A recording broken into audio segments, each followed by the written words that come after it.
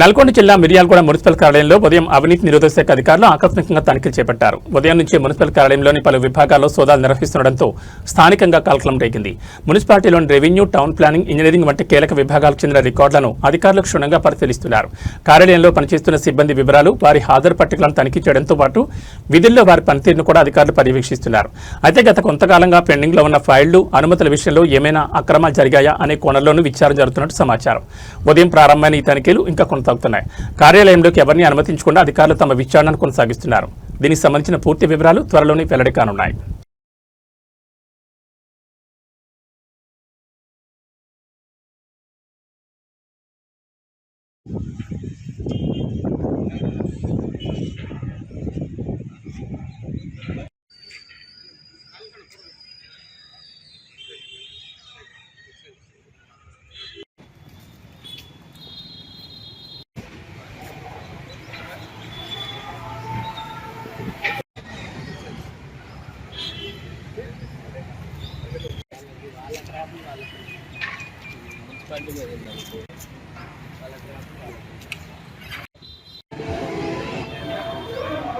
డబ్బులు దొరికినాయి అయితే ఇంతసేపు ఉంచారు.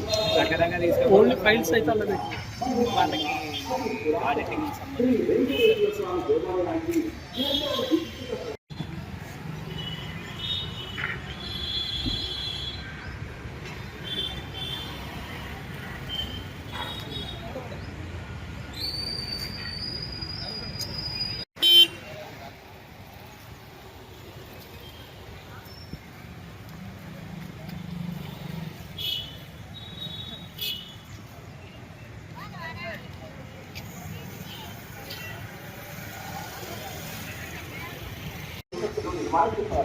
శ్రీరంగంలోని రంగనాథ స్వామి ఆలయం, ఈ ఆలయం ఒకే పండితులు కలిగి ఉన్నాయి.